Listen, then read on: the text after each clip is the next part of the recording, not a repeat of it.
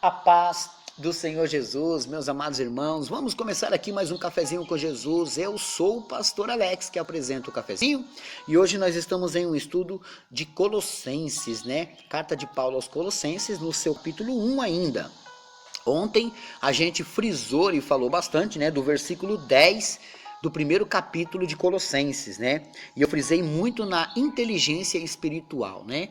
Recebi inúmeras mensagens me agradecendo, né? De pessoas que gostaram da ideia, pessoas que me contaram até histórias também. Muito bom mesmo, né? Vamos lá, versículo 11 do capítulo 1 de Colossenses.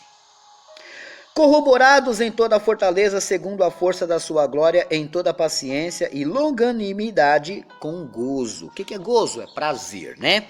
Dando graças ao Pai que nos fez idôneos para participar da herança dos santos na luz, o qual nos tirou da potestade das trevas e nos transportou para o reino do Filho do seu amor, em quem temos a redenção, pelo seu sangue, a saber, a remissão dos pecados, o qual é a imagem de Deus invisível, o primogênito de toda a criação, porque nele foram criadas todas as coisas, quer nos céus, na terra, visíveis e invisíveis, sejam tronos, sejam dominações, sejam principados, sejam potestades, tudo foi criado por ele e para ele. Bom, Jesus tem essa glória, né?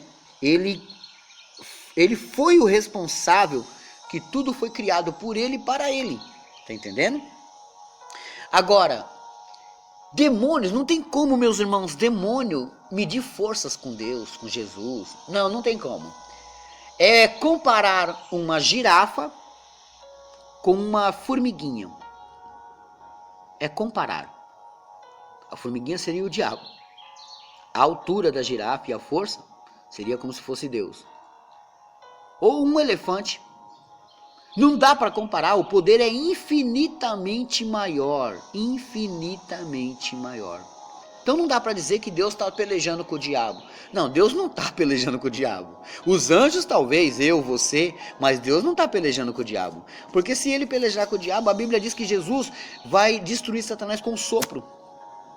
Com um sopro, meus irmãos. Esse ser que acaba com muita gente vai ser exterminado ali, ó, vai estipado dali com um sopro. Com o sopro da sua boca. E você ainda tem a coragem, a pachorra de dizer que Deus está pelejando com o diabo? Que Jesus está pelejando com o diabo? Que o Espírito Santo está pelejando com o diabo? Nunca, nunca. Bom, vamos continuar? Verso 17. E ele é antes de todas as coisas, e de todas as coisas subsistem por ele. E ele é o cabeça do corpo da igreja. Lembre-se, Jesus é o cabeça do corpo da igreja. É o princípio e o primogênito dentre os mortos, para que em tudo tenha preeminência. Porque foi do agrado do Pai que toda a plenitude nele habitasse. E que, havendo por ele feito a paz, pelo sangue da sua cruz, por meio dele, reconciliasse consigo mesmo todas as coisas, tanto as que estão na terra, como as que estão no céu. Olha que forte, né? Isso é muito forte. A vós também, que noutro tempo éreis estranhos e inimigos do entendimento, pelas vossas obras, mas agora, contudo, vos reconciliou. Tá vendo? Porque a partir do momento que você aceita Jesus na sua vida, que você entrega a sua vida a Ele, você começa a servi-lo, Ele faz com que você se torne da família. Aí você, de repente, se torna da família. Deu para entender? Agora, imagina você não sendo.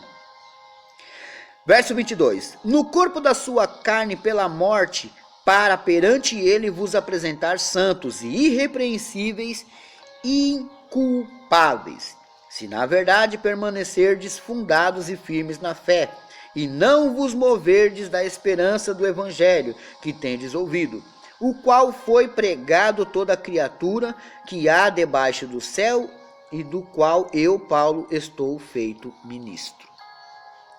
É interessante que há uma esperança, ele vai voltar. João 14, 1-3. Ele diz que foi preparar lugar e ele vai voltar. Agora, essa esperança, ela acaba morrendo no meio do caminho. A pessoa acaba não crendo que ele vai voltar e se poluindo, se destruindo com as obras da carne. E assim caindo, pecando. Então, qual é o objetivo? O objetivo é manter essa esperança. Porque senão você perece, você perde a salvação. Vamos lá, verso 24.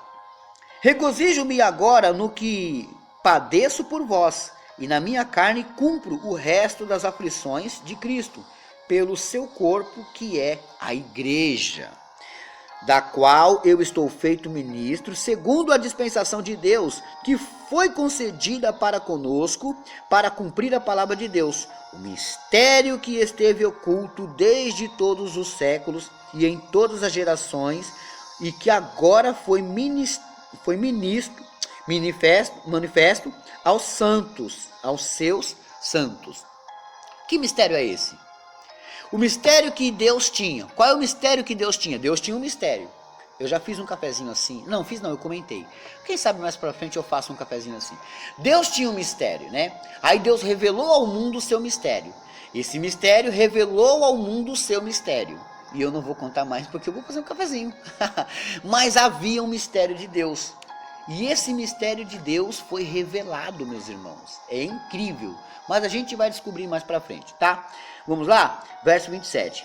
Aos quais Deus quis fazer conhecer quais são as riquezas da glória deste mistério entre os gentios, que é o Cristo em vós, a esperança da glória, a quem anunciamos admoestando a todo homem e ensinando a todo homem em toda a sabedoria, para que apresentemos todo o homem perfeito em Jesus Cristo.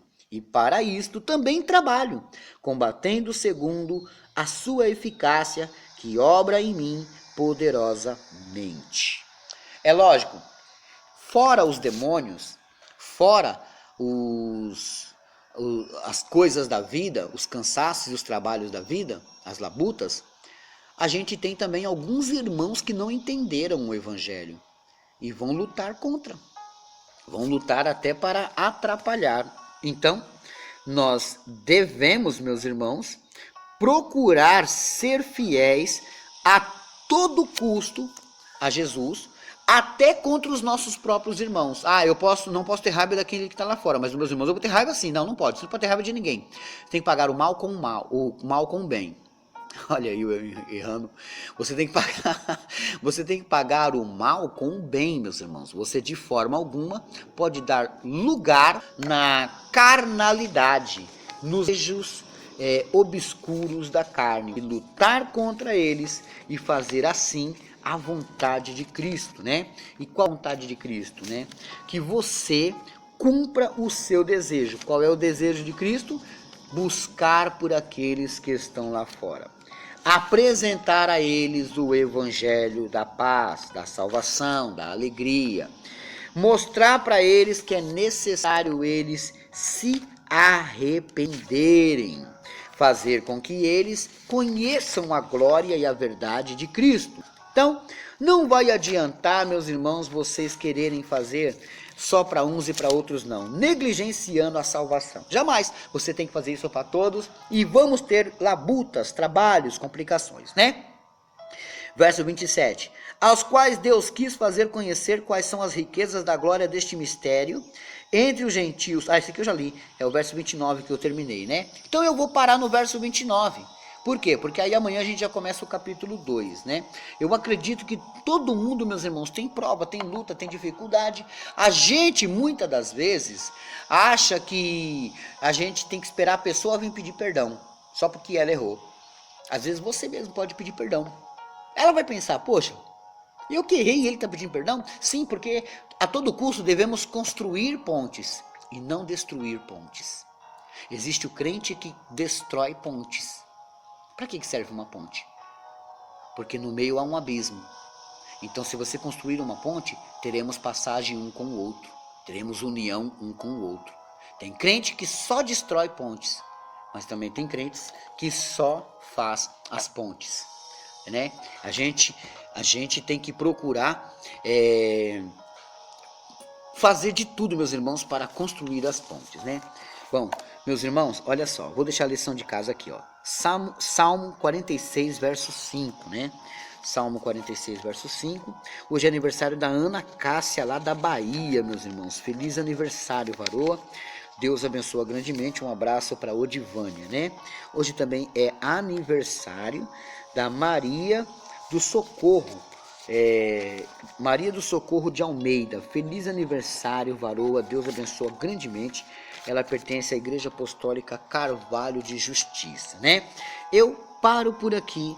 Não vou deixar aviso hoje, mas amanhã tem mais. Deus abençoe a todos e fiquem todos na paz do Senhor Jesus.